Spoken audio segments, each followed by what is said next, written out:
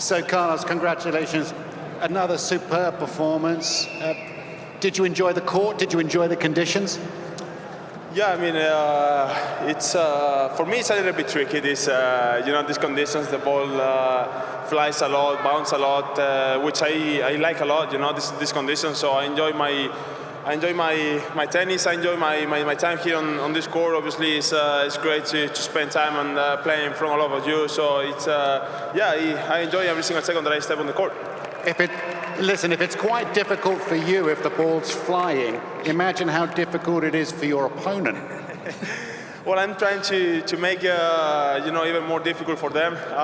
Try to adapt myself a little bit, my game to the conditions, to the court. At the beginning, I struggle a little bit how I have to return.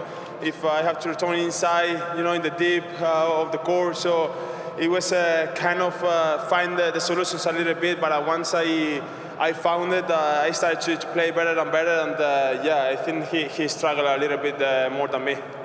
Now listen, you've had another unbelievable year. You picked up the first French Open, another Wimbledon for you. What have you enjoyed the most, apart from coming to Riyadh? Has been a really good year for me. A little bit roller coaster, I'm gonna say. Big tournaments that I won this year, but at the same time there were a few tournaments that I didn't play as good as I wanted. But obviously I had a really good time. In every tournament that I went, I learned a little bit from everyone. So it's great to fight during the whole year in the tournament that I used to play. And obviously sometimes it's really good, coming here, a place that I'm not used to play. So for me, it's great to turn off my mind a little bit, from those tournaments and coming here and playing a good tennis and enjoy my time here in Riyadh. Now, you may have heard the big news in tennis is that Rafa Nadal is retiring, which is a great shame for everybody that has just loved the inspiration that he's given over the years. Presumably no more so than for you. You've been watching Rafa since almost the first day you picked up a racket, right?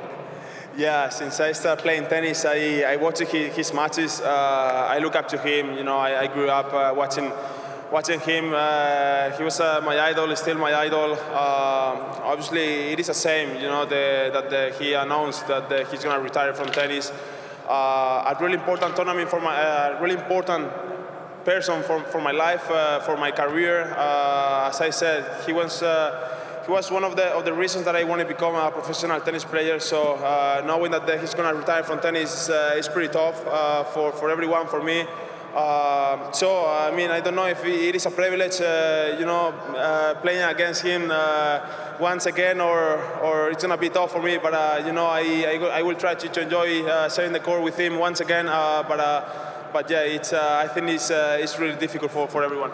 Have you seen him here yet? Yeah, I saw him. Not practicing. I saw him in the hotel. I could talk a little bit with him. Apart from tennis, I could talk a little bit with him, about life, But yeah, it was. I had my time with him here. He's practicing really well, and he's hitting the ball so well in practice. He says that if he's going to go out, he wants to go out the right way by beating you troublesome kids. So, are you going to go full at him tomorrow? I'm gonna go full. I'm gonna go full power. He practice. I'm not surprised that he's practicing at his 100%, hitting the ball super hard, feeling the ball really well. I'm not surprised at all because I know. The player he is, the legend that he is. It doesn't matter that he stayed away from tennis like 3-4 months. That he's gonna come back as strong as never before. So I'm gonna try to play a good tennis. If I want to beat him, I will try to play in the same level that I'm playing. But I'm gonna go full without fear. So you're not going to be very nice to the old person. Okay, fine. We thought you were such a nice boy. Who's got the bigger forehand, you or Rafa? I'm just starting my career, so I have to choose Rafa's forehand at the moment. But I'm really happy with my forehand as well. So let's see. You know, at the end of my career, who has the better forehand? It's going to be a great highlight to watch tomorrow evening. Rafa Nadal versus Carlos Alcaraz. Carlos, a pleasure talking to you. Welcome to Riyadh and well played. Carlos Alcaraz. Well, it certainly has set up the dynamic finish in the semifinals in the bottom half. As, hey, Neymar coming out to say hello to Carlito and offer his congratulations for what was absolutely a sublime performance, as it does set up, you know, the opportunity to take on the man that he watched while he was turning 2 in May of 2005. Rafa was winning his first of 22 majors, and of course grew up in the shadow of the great Spaniard, and now we'll have the chance to tussle with him in the semifinals. Nadal leads the head-to-head 2-1 overall, but Alcaraz winning their last meeting in the quarterfinals of Madrid 2 years ago. But what, all things pushed aside, Robbie, it sets up what is going to be a delicious encounter in Nadal's penultimate event. Yeah, no kidding about that. Let's have a look at Neymar's tennis skills. Yeah, that's a decent feed. That's decent.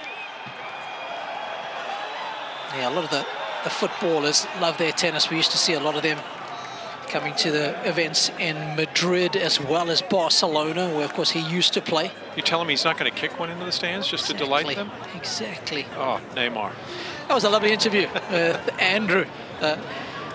Beautiful. He was talking about the forehands, comparing them, putting him on the spot. And I tell you what, the smile on his face will light up any room.